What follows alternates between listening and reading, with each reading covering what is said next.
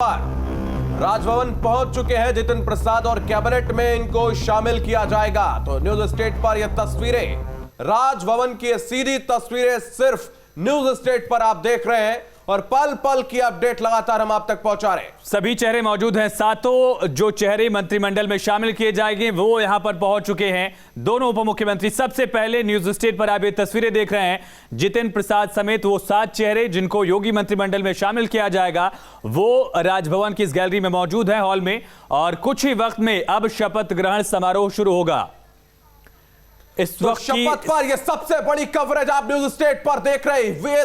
वो तस्वीरें जो सिर्फ और सिर्फ न्यूज स्टेट पर सबसे पहले हमने आपको दिखाई। हर एक तैयारी जब से वहां पर मंत्रियों ने पहुंचना शुरू किया और उसके बाद से कौन कौन लोग मंत्रिमंडल में शामिल होंगे, हर एक जानकारी सबसे पहले न्यूज स्टेट पर हमने आप तक पहुंचाई। अब ये सीधी तस्वीरें इस वक्त आप न्यूज स्टेट पर देख रहे हैं। शपथ पर सबसे बड़ी कवरेज तो दोनों उप मुख्यमंत्री केशव प्रसाद मौर्य, उनके अलावा दिनेश शर्मा, वो पहुंच चुके हैं और जो मंत्रिमंडल में आज शामिल होंगे जो चेहरे वो भी पहुंच चुके हैं। इंतजार मुख्यमंत्री योगी आदित्यनाथ का, और जैसे ही वो पहुंचेंगे उसके बाद राज्यपाल आनंदीबेन पटेल इन तमाम नए चेहरों को शपथ दिलाएंगी। और ये वो चेहरे हैं जो चुनाव से ठीक पहले जो मंत्रिमंडल में शामिल किए गए हैं, इनके ऊपर बहुत बड़ी जिम्मेदारी होगी। हर तरीके से सभी समीकरणों को साधने की कोशिश की गई है, चाहे वो जातिगत समीकरण हो चाहे कोई भी। और जितिन प्रसाद वो बड़ा नाम, बहुत बड़ा कद है इनका, पहले केंद्रीय मंत्री रह चुके हैं और भारतीय जनता पार्टी में आने के बाद इनके कद का अंदाजा आप इस बात से लगा सकते हैं कि सिर्फ उनको कैबिनेट में शामिल किया जा रहा है। कैबिनेट मंत्री वो बनेंगे और उसके बाद एक बड़ी जिम्मेदारी उनको, चूंकि ब्राह्मणों को सीधे तौर पर उन्होंने संबोधित भी किया था और जब वो कांग्रेस में थे तो एक संगठन भी चलाते थे ब्राह्मणों के नाम से, तो अब वो एक बड़ा ब्राह्मण चेहरा हो जाएंगे जो इस कैबिनेट में शामिल होने जा रहे हैं। और उसके बाद उन पर उत्तर प्रदेश के ब्राह्मणों को साधने की एक बहुत बड़ी जिम्मेदारी बीजेपी सौंपेगी। आयुष, बिल्कुल, देखिए यहां पर वो सातों चेहरे लगातार मौजूद हैं और मुख्यमंत्री योगी आदित्यनाथ के लिए कुर्सी वहां पर लगी हुई है, भगवा रंग की कुर्सी। मुख्यमंत्री पहुंचेंगे, उसके बाद राज्यपाल आनंदीबेन पटेल पहुंचेंगे और तब शपथ ग्रहण समारोह शुरू होगा। जैसा कि आपने बताया शुभम, कैबिनेट मंत्री के तौर पर उनको जिम्मेदारी दी जाएगी जितिन प्रसाद को, और बाकी जो चेहरे हैं वो एमओएस के तौर पर यानी कि राज्य मंत्री और स्वतंत्र प्रभार के तौर पर उनको जिम्मेदारी दी जाएगी। एक बड़ा कदम है, चुनाव से ठीक पहले एक बड़ी कोशिश है ताकि ब्राह्मणों को भी साधा जाए। ओबीसी वर्ग से एक चेहरा शामिल है और बाकी एससी एसटी वर्ग से भी अलग अलग चेहरों को यहां पर रिप्रेजेंटेशन देने की कोशिश योगी सरकार की तरफ से की जा रही है। और ये तस्वीरें देखिए जहां पर अलग अलग जो चेहरे हैं वो पहुंच चुके हैं। जितिन प्रसाद को आप सबसे बाएं में देख सकते हैं, वहां पर मौजूद हैं जितिन प्रसाद। तो ये वो तस्वीरें, राजभवन से सीधी तस्वीरें जो अब योगी मंत्रिमंडल में शामिल हो जाएंगे, वो तस्वीरें आप देख रहे हैं इस वक्त न्यूज स्टेट पर। सबसे पहले वो तस्वीरें, वो चेहरे जो अब से कुछ देर बाद मंत्री बन जाएंगे। जितिन प्रसाद वो नाम जो कि कैबिनेट मंत्री बनेंगे, सबसे किनारे आप उनको देख रहे हैं। और आगे जो 2 कुर्सी आप देख रहे हैं, एक कुर्सी भगवा रंग की जहां पर योगी आदित्यनाथ नजर आएंगे। और सबसे पहले वो तस्वीरें जो हमने आप तक पहुंचाई, सबसे पहले जो नाम आयुष हमने दर्शकों को बताए थे, उन्हीं नामों की आधिकारिक पुष्टि हुई और वही लोग अब मंत्री बनने जा रहे हैं। तो ये वो तस्वीरें आप देख रहे हैं, राजभवन से सीधी तस्वीरें आपके टेलीविजन स्क्रीन पर। और तस्वीरों में आप देखिए ये वो चेहरे जो मंत्रिमंडल में शामिल होंगे, वो इस वक्त अभिवादन स्वीकार कर रहे हैं वहां पर मौजूद लोगों का। और जितिन प्रसाद, ये देखिए, तो मंत्री सुरेश खन्ना पहुंचे हैं राजभवन में, उनका अभिवादन स्वीकार किया, उनसे बातचीत की यहां पर जितिन प्रसाद है। उनके अलावा तमाम जो मंत्री हैं वो देखिए उनका सम्मान कर रहे हैं, उनसे बातचीत कर रहे हैं, उनका आशीर्वाद ले रहे हैं। तो ये हम कह सकते हैं उनकी पार्टी का एक अनुशासन और संस्कार है, वो आप देख रहे हैं। और सीधी तस्वीरें सिर्फ और सिर्फ न्यूज स्टेट पर सबसे पहले जिन चेहरों को हमने बताया कि कौन कौन मंत्रिमंडल में शामिल हो सकते हैं, उन पर मोहर लगी, आधिकारिक पुष्टि हुई और अब से कुछ देर में वो लोग शपथ ग्रहण करते नजर आएंगे। तो बिल्कुल। राजभवन से ये सीधी तस्वीरें न्यूज स्टेट पर। सबसे पहली तस्वीरें आप देख रहे हैं जहां पर सातों वो चेहरे मौजूद हैं जो कुछ ही वक्त में योगी मंत्रिमंडल का हिस्सा होंगे। जितिन प्रसाद से लेकर संगीता विंद तक, ये 7 वो चेहरे जिनका जिक्र सबसे पहले न्यूज स्टेट ने आपके साथ किया था। ये 7 नाम जिनको सबसे पहले हमने आपको बताया और उन 7 नामों पर आधिकारिक पुष्टि हुई, आधिकारिक मोहर लगी और ये वो 7 नाम जो इस वक्त राजभवन में मौजूद हैं। कुछ ही वक्त में यहां पर मुख्यमंत्री योगी आदित्यनाथ पहुंचेंगे, राज्यपाल आनंदीबेन पटेल पहुंचेंगी और शपथ ग्रहण शुरू होगा। जितिन प्रसाद सबसे बाएं में बैठे हुए हैं और इस तरफ अगर आप देखें संगीता विंद यहां पर बैठी हुई हैं और बाकी वो 5 चेहरे जिसमें पलटू राम से लेकर तमाम वो चेहरे मौजूद हैं। तो एक बार फिर बिल्कुल 7 चेहरे जिनका चुनाव हो गया। लगातार न्यूज स्टेट पूरी कवरेज दिखा रहा था अपने दर्शकों को और ये बता रहा था कि कितनी अहमियत ये कैबिनेट का जो एक्सपेंशन है वो जरूरी है। अब नाम जरा सुनिए, नाम पर ध्यान दिया जाए। जितिन प्रसाद जिनको कैबिनेट मिनिस्टर के तौर पर चुना जा रहा है, कौन सा पोर्टफोलियो होगा वो भी देखेंगे। इसके साथ ही पलटू राम जिनको राज्य मंत्री के तौर पर चुना जाएगा। इसके अलावा छत्रपाल गंगवार हैं, इनको भी राज्य मंत्री के तौर पर चुना जाएगा। संगीता बलवंत बिंद इनको भी गाजीपुर से आती हैं, इनको भी राज्य मंत्री के तौर पर चुना जाएगा। धर्मवीर प्रजापति को भी चुना जाएगा। इसके अलावा संजीव कुमार को भी चुना जाएगा। दिनेश खटी को भी राज्य मंत्री के तौर पर चुना जाएगा। और इस बीच चलेंगे कांग्रेस के पास। कांग्रेस लगातार हमारे साथ जुड़ी हुई है, चंद्रेश कुमार साहब हमारे साथ जुड़े हैं। सर, आपसे सवाल ये है, क्यों नहीं आप अपने नेताओं की अहमियत को समझ पाते हैं? जितिन प्रसाद को आखिर राज्य मंत्री के तौर पर भारतीय जनता पार्टी ने ही क्यों चुना? क्यों आपको अहमियत नहीं दिखाई देती अपनी चेहरों की? हमारी पार्टी ने जितिन प्रसाद को पहचान दी थी और संगठन में भी उनके पास बड़ी जिम्मेदारी थी। वो पश्चिम बंगाल के प्रभारी थे और उनका एक बड़ा ओहदा था। चूंकि वो सत्ता में रहने के आदी हो गए थे, अपने राजनीतिक कैरियर को ध्यान में रखकर वो भाजपा में गए हैं, तो इस पर मैं ज्यादा कुछ नहीं कह सकता हूं। शुभकामनाएं हैं उनके साथ, एक नागरिक की हैसियत से मैं यही कह सकता हूं। लेकिन वो अपने राजनीतिक नाफा और नुकसान को ध्यान में रखकर गए हैं, ये उनका व्यक्तिगत हित और अहित का मामला है। क्या कभी कांग्रेस आत्ममंथन करती है सर? आत्ममंथन करती है कि क्यों उनके बड़े बड़े चेहरे, क्यों उनके कद्दावर नेताओं का साथ छोड़कर दूसरी पार्टी में शामिल हो जाते हैं? हमने उन्हें केंद्रीय मंत्री बनाया था, आज वो राज्य में मंत्री बन रहे हैं। ये प्रमोशन है कि डिमोशन है? ये उनका डिमोशन है, उनका प्रमोशन नहीं है।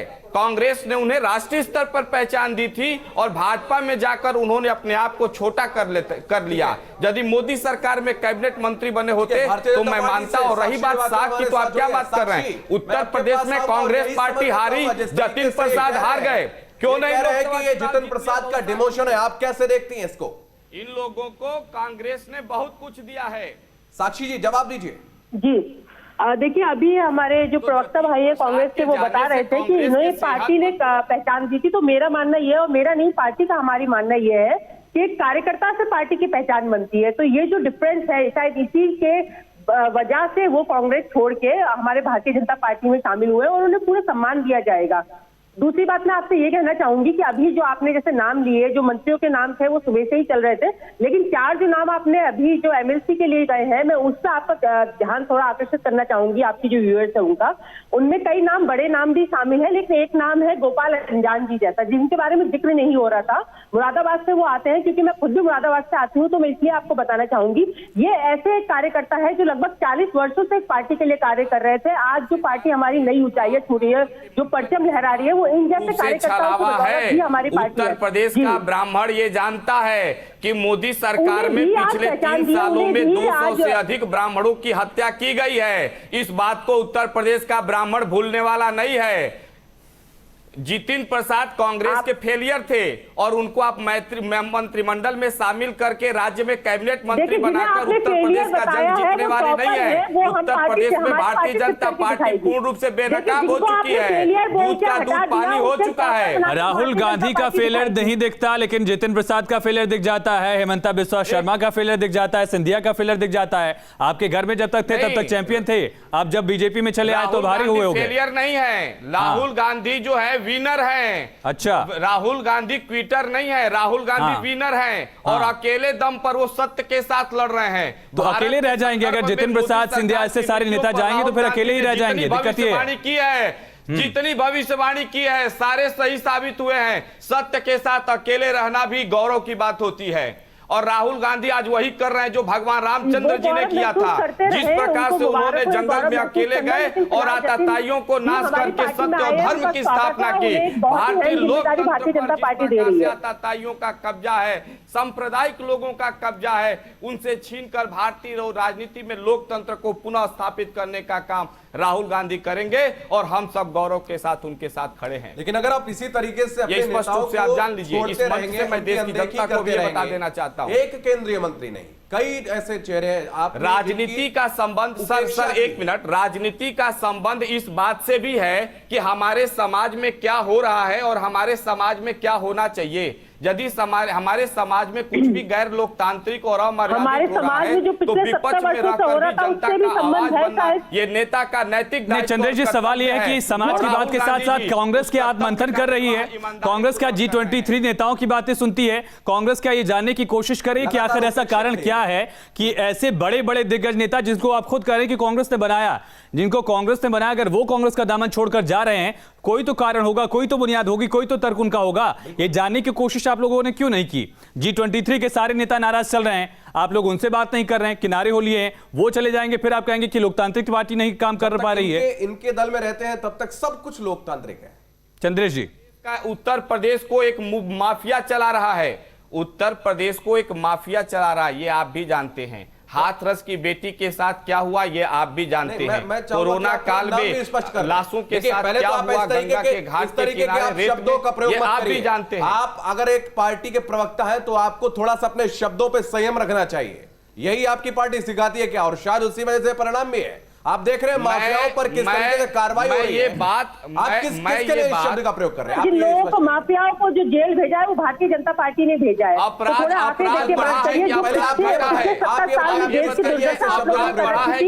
आप ये बताइए, मैं ये बात इसलिए कह रहा हूं, सुनिए, राज्य का ये नैतिक दायित्व बनता है कि वो लोगों के अधिकारों को संरक्षण करे, और यदि राज्य नागरिकों के अधिकारों को संरक्षण करने में असमर्थ है तो राज्य के साथ ऐसे शब्दों का प्रयोग करना कहीं से अवैधानिक नहीं है। ये संविधान हमें अधिकार दिया है कि मैं ऐसे शब्दों का इस्तेमाल करूंगा। हाथरस की बेटी के साथ जो हुआ वहां राज्य ने माफिया के रूप में ही अपने दायित्व का निर्वाह किया।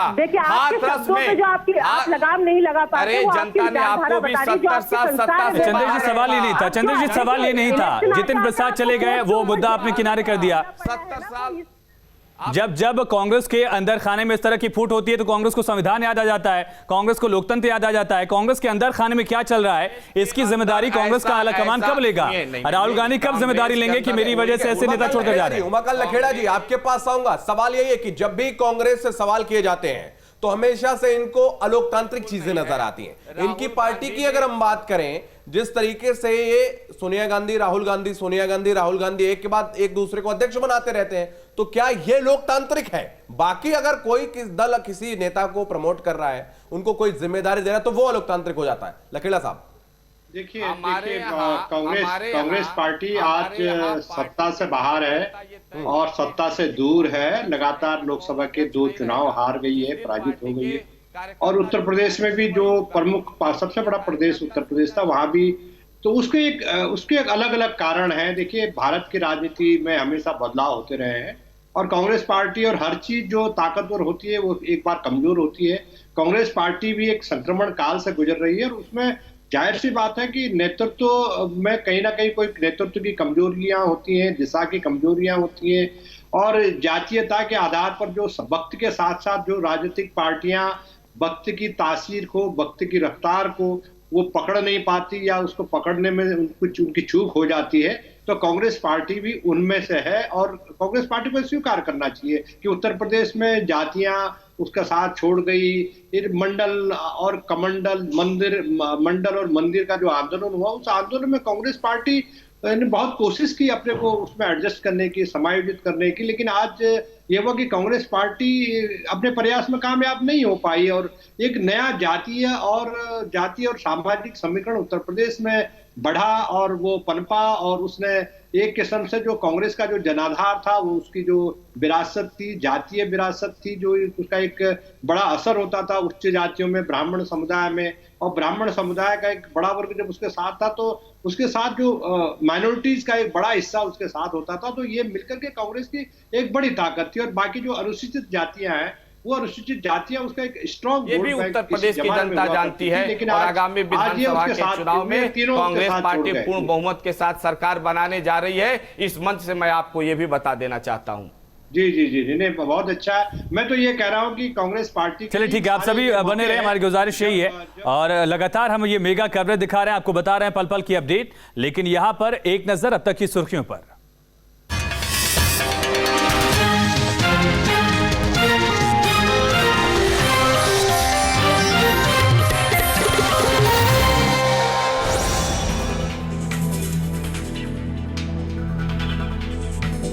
प्रस्तुतकर्ता समर कूल्ड, देश में बना देश का ब्रांड।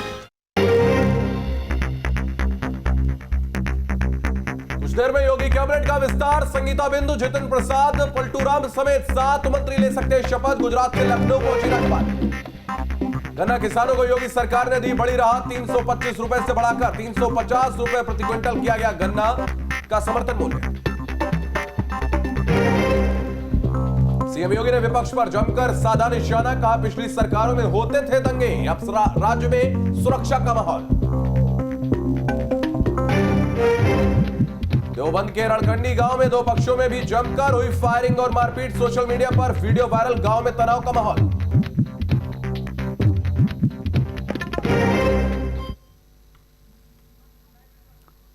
और ये सीधी तस्वीरें राजभवन से। राष्ट्रगान के लिए सभी लोग खड़े हुए हैं। राज्यपाल पहुंच चुकी हैं, मुख्यमंत्री योगी आदित्यनाथ पहुंच चुके हैं, और सातों जो चेहरे योगी मंत्रिमंडल में शामिल किए जाएंगे वो यहां पर मौजूद हैं। और राष्ट्रगान के बाद सिलसिला शुरू होगा शपथ ग्रहण का, और सातों जो मंत्रिमंडल में चेहरे शामिल किए जाएंगे उनको शपथ दिलाई जाएगी। ये सीधी तस्वीरें, एक्सक्लूसिव तस्वीरें न्यूज स्टेट पर आप देख पा रहे हैं। राजभवन में मुख्यमंत्री योगी आदित्यनाथ और राज्यपाल आनंदीबेन पटेल यहां पर मौजूद हैं। राष्ट्रगान चल रहा है और राष्ट्रगान के ठीक बाद ये शपथ ग्रहण समारोह शुरू होगा, और इसके बाद एक एक करके इन 7 चेहरों को मंत्रिमंडल में शामिल कराने की जो कवायद है, जो शपथ ग्रहण है, वो शपथ ये चेहरे लेंगे। जितिन प्रसाद सबसे दाहिनी तरफ आप देख पा रहे हैं, वहां पर मौजूद हैं। और मुख्यमंत्री योगी आदित्यनाथ, राष्ट्रगान संपन्न हुआ और अब शपथ ग्रहण समारोह शुरू होगा, अनाउंस किया जाएगा। उसके बाद राज्यपाल वहां पर पहुंचेंगी और फिर एक एक करके इन सभी चेहरों को बुलाया जाएगा। तो ये सीधी तस्वीरें राजभवन से, ये तस्वीरें न्यूज स्टेट पर हम आपको दिखा रहे हैं। हर एक तस्वीर हमने आप तक पहुंचाई, हर एक खबर, हर एक जानकारी हमने आप तक पहुंचाई, और जो कुछ हमने कहा वो अक्षरशः सत्य हुआ, उस पर आधिकारिक पुष्टि हुई। और उत्तर प्रदेश के मुख्यमंत्री योगी आदित्यनाथ आप देख पा रहे हैं मंच पर मौजूद है। उनके साथ में वो तमाम चेहरे जो आज इस मंत्रिमंडल में शामिल होंगे वो लोग मौजूद हैं। सबसे पहले जितिन प्रसाद शपथ लेंगे। ये देखिए, जो सबसे बड़ा पद है, सबसे बड़ा कद है इन 7 चेहरों में। ईश्वर की शपथ लेता हूं कि मैं विधि द्वारा स्थापित भारत के संविधान के प्रति सच्ची श्रद्धा और निष्ठा रखूंगा। मैं भारत की प्रभुता और अखंडता अक्षुण्ण रखूंगा। मैं उत्तर प्रदेश राज्य के मंत्री के रूप में अपने कर्तव्यों का श्रद्धापूर्वक और शुद्ध अंतःकरण से निर्वहन करूंगा, तथा मैं भय या पक्षपात, अनुराग या द्वेष के बिना सभी प्रकार के लोगों के प्रति संविधान और विधि के अनुसार न्याय करूंगा। मैं राज्य के मंत्री के गोपनीयता की शपथ, मैं जितिन प्रसाद ईश्वर की शपथ लेता हूं कि जो विषय उत्तर प्रदेश राज्य में मंत्री के रूप में मेरे विचार के लिए लाया जाएगा अथवा मुझे ज्ञात होगा, उसे किसी व्यक्ति या व्यक्तियों को तब तक सिवाय जबकि ऐसा मंत्री के रूप में अपने कर्तव्यों के सामूहिक निर्वहन के लिए ऐसा करना अपेक्षित हो, मैं प्रत्यक्ष अथवा अप्रत्यक्ष रूप से संसूचित या प्रकट नहीं करूंगा। शपथ ली है, अब दस्तखत करेंगे वो डॉक्यूमेंट्स पर। और ये देखिए, राज्यपाल महोदया ने मुख्यमंत्री जी की मंत्रणा से जितिन प्रसाद ने शपथ ले ली है। सबसे बड़ा नाम इन 7 चेहरों में। कांग्रेस को एक बहुत बड़ा झटका लगा था जब जितिन प्रसाद अपनी कांग्रेस के पार्टी को छोड़कर उन्होंने बीजेपी ज्वाइन की थी। बड़े नेता थे, ब्राह्मणों के लिए एक बड़ा चेहरा है यूपी में, और उन्होंने शपथ ली है। श्री दिनेश खटीक, श्री धर्मवीर सिंह, श्री छत्रपाल सिंह गंगवार जी कृपया शपथ ग्रहण करने का कष्ट करें। मैं छत्रपाल सिंह गंगवार ईश्वर की शपथ लेता हूं कि मैं विधि द्वारा स्थापित भारत के संविधान के प्रति सच्ची श्रद्धा और निष्ठा रखूंगा। मैं भारत की प्रभुता और अखंडता अक्षुण्ण रखूंगा। मैं उत्तर प्रदेश राज्य के राज्य मंत्री के रूप में अपने कर्तव्यों का श्रद्धापूर्वक और शुद्ध अंतःकरण से निर्वहन करूंगा तथा मैं भय या पक्षपात, अनुराग या द्वेष के बिना सभी प्रकार के लोगों के प्रति संविधान और विधि के अनुसार न्याय करूंगा। मैं छत्रपाल सिंह गंगवार ईश्वर की शपथ लेता हूं कि जो विषय उत्तर प्रदेश राज्य के राज्य मंत्री के रूप में मेरे विचार के लिए लाया जाएगा अथवा मुझे ज्ञात होगा, उसे किसी व्यक्ति या व्यक्तियों को तब के सिवाय जबकि ऐसे राज्य मंत्री के रूप में अपने कर्तव्यों के सम्यक निर्वहन के लिए ऐसा करना अपेक्षित होगा, मैं प्रत्यक्ष अथवा अप्रत्यक्ष रूप से संसूचित या प्रकट नहीं करूंगा।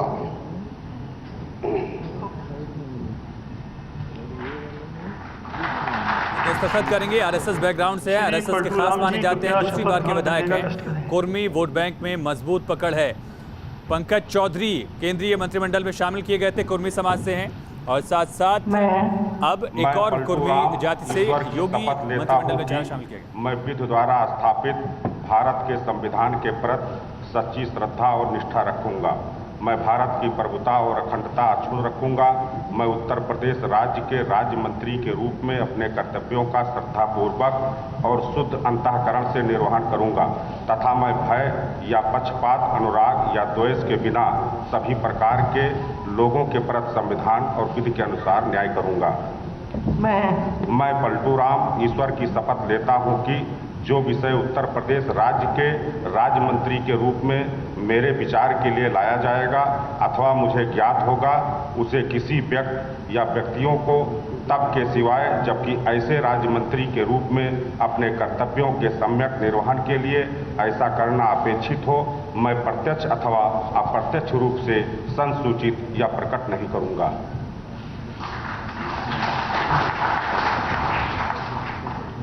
डॉक्टर संगीता बलवंत जी कृपया शपथ ग्रहण करने का कष्ट करें।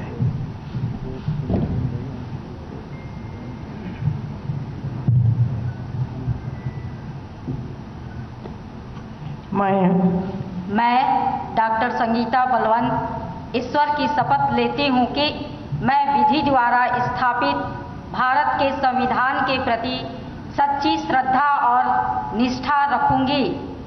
मैं भारत की प्रभुता और अखंडता अक्षुण्ण रखूंगी।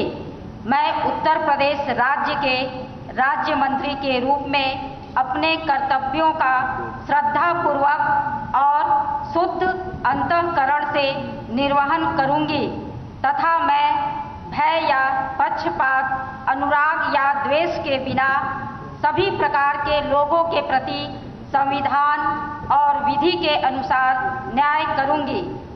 मैं डॉक्टर संगीता बलवंत ईश्वर की शपथ लेती हूँ कि जो विषय उत्तर प्रदेश राज्य के राज्य मंत्री के रूप में मेरे विचार के लिए लाया जाएगा अथवा मुझे ज्ञात होगा, उसे किसी व्यक्ति या व्यक्तियों को तब के सिवा जबकि ऐसे राज्य मंत्री के रूप में अपने कर्तव्यों के सम्यक निर्वहन के लिए ऐसा करना अपेक्षित हो, मैं प्रत्यक्ष अथवा अप्रत्यक्ष रूप से संसूचित या प्रकट नहीं करूंगी।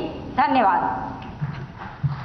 महिलाओं में दरअसल इनकी अच्छी खासी पकड़ है। 20 सालों से ज़्यादा का वक्त राजनीति में हो चुका है। छात्र राजनीति में भी एक लंबे वक्त तक सक्रिय रही और राजनीति के साथ लेखक भी हैं।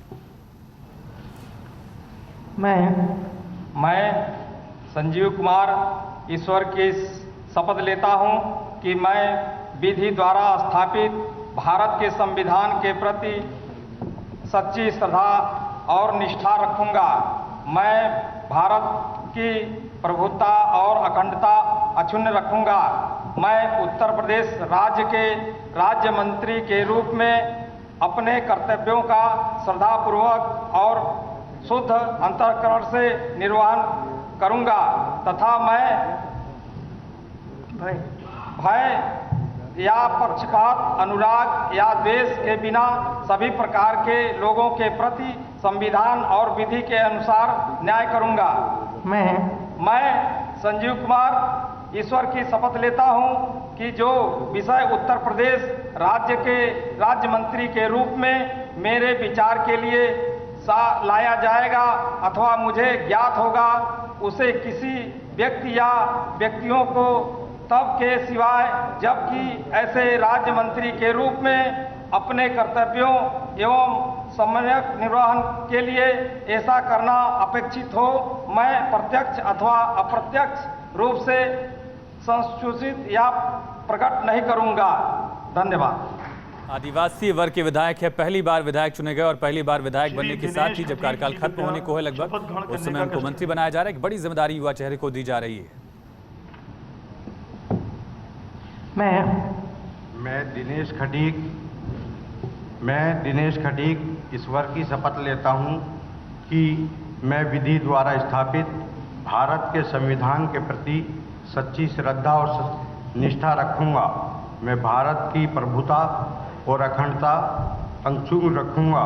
मैं उत्तर प्रदेश राज्य के राज्य मंत्री के रूप में अपने कर्तव्यों का श्रद्धापूर्वक शुद्ध अंतःकरण से निर्वाह करूंगा तथा मैं भय या पक्षपात, अनुराग या द्वेष के बिना सभी प्रकार के लोगों के प्रति संविधान और विधि के अनुसार न्याय करूंगा।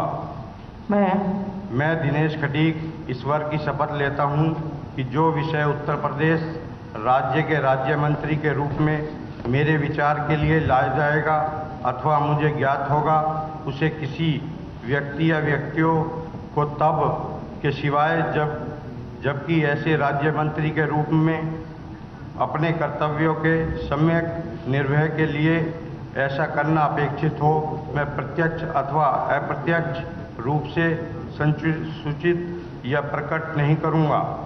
धन्यवाद। दिनेश खटीक एससी समाज से आते हैं, मेरठ के हस्तिनापुर सीट से विधायक हैं। शपथ इनकी पूरी हुई, दस्तखत करते हुए आरएसएस से भी जुड़े रहे हैं और आरएसएस से जुड़े दूसरे चेहरे जिनको मैं धर्मवीर सिंह ईश्वर की शपथ लेता हूं कि मैं विधि द्वारा स्थापित भारत के संविधान के प्रति सच्ची श्रद्धा और निष्ठा रखूंगा। मैं भारत की प्रभुता और अखंडता अक्षुण्ण रखूंगा। मैं उत्तर प्रदेश राज्य के राज्य मंत्री के रूप में अपने कर्तव्यों का श्रद्धापूर्वक और शुद्ध अंतःकरण से निर्वहन करूंगा तथा मैं भय या पक्षपात, अनुराग या द्वेष के बिना सभी प्रकार के लोगों के प्रति संविधान और विधि के अनुसार न्याय करूंगा।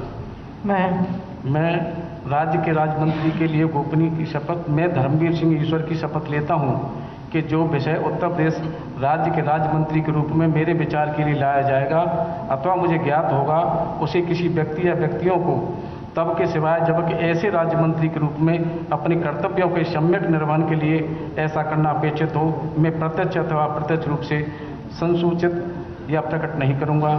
धन्यवाद। पश्चिम उत्तर प्रदेश से राब्ता है इनका और आरएसएस से जुड़े रहे हैं। अनुभवी नेता के तौर पर एक पहचान भी इनकी है। माटी कला बोर्ड के फिलहाल अध्यक्ष भी हैं और अब एक बड़ी जिम्मेदारी पार्टी की तरफ से दी गई है। आरएसएस के स्वयं सेवक हैं, जैसा कि बताया हमने कि लंबे वक्त से आरएसएस से जुड़े रहे हैं और प्रजापति समाज पर अच्छी पकड़ है। जो छोटी छोटी कोशिशें हैं, अखिलेश यादव ने भी कोशिश की कि जो छोटे राजनीतिक दल हैं उनसे गठबंधन किया जाए। देखिए, आशीर्वाद लेते हुए जो अलग एक पहलू दिखाया, मुख्यमंत्री का आशीर्वाद लिया, राज्यपाल का आशीर्वाद लिया। तो तस्वीरें आप देख रहे हैं, सीधी तस्वीरें न्यूज़ स्टेट पर हम आप तक पहुंचा रहे हैं। तमाम इन नए मंत्रियों का शपथ समारोह पूरा हुआ और अब मुख्यमंत्री योगी आदित्यनाथ और राज्यपाल आनंदीबेन पटेल पुष्पगुच्छ भेंट किए। उन्होंने जो कि कैबिनेट मंत्री हैं उत्तर प्रदेश सरकार में, अब से कुछ देर पहले उन्होंने शपथ ली थी। मुख्यमंत्री योगी आदित्यनाथ ने अभिवादन किया और जो जितने नए चेहरे शामिल किए गए उन सभी से मिल रहे हैं मुख्यमंत्री योगी आदित्यनाथ, उनको पुष्पगुच्छ भेंट कर रहे हैं। तो ये वो तमाम नए चेहरे जो अब योगी मंत्रिमंडल का हिस्सा होंगे। तो 22 के महासमर से ठीक पहले उत्तर प्रदेश सरकार में ये नए लड़ाके शामिल किए हैं मुख्यमंत्री योगी आदित्यनाथ ने। चुनाव से पहले शामिल किए गए हैं तो इनकी जिम्मेदारी भी बेहद अहम है। सभी समाजों को ध्यान रखते हुए उनको प्रतिनिधित्व सौंपा है यहां पर मुख्यमंत्री योगी आदित्यनाथ ने। और जितिन प्रसाद की अगर हम बात करें तो जितिन प्रसाद कैबिनेट मंत्री बने हैं आज, और दिनेश खटिक ने राज्य मंत्री की शपथ ली है। धर्मवीर प्रजापति ने राज्य मंत्री पद की शपथ ली है। छत्रपाल गंगवार ने राज्य मंत्री के रूप में शपथ ली है। पलटू राम ने राज्य मंत्री के रूप में शपथ ली है। संगीता बलवंत बिंद ने राज्य मंत्री के रूप में शपथ ली है। संजीव कुमार ने राज्य मंत्री के रूप में शपथ ली है और दिनेश खटिक ने भी राज्य मंत्री के रूप में शपथ ली है। और धर्मवीर प्रजापति भी राज्य मंत्री आज बने हैं और उन्होंने भी शपथ ली है। तो ये वो तमाम चेहरे जिन्होंने अभी शपथ ग्रहण की है मुख्यमंत्री योगी आदित्यनाथ के साथ मौजूद हैं। और राज्यपाल आनंदीबेन पटेल भी शपथ ग्रहण समारोह की कार्रवाई मौजूद है और उनसे अनुमति ली गई है। अब राष्ट्रगान के लिए सभी लोग खड़े हो गए हैं। बिल्कुल, ये तस्वीरें योगी कैबिनेट में 7 नए चेहरों को जगह दी गई है और शपथ ग्रहण समारोह इसी के साथ खत्म हो गया।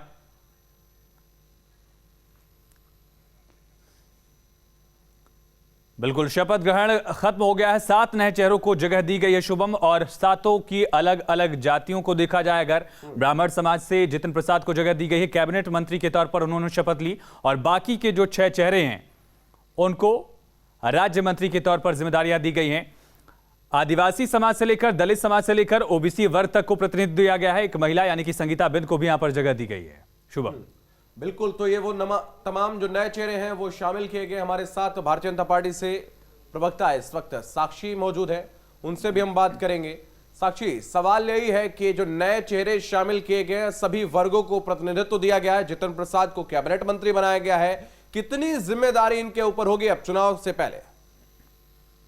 देखिए, चुनाव अगर नजदीक होता या नहीं होता, दोनों ही केस में इन लोगों पर जिम्मेदारी रहेगी।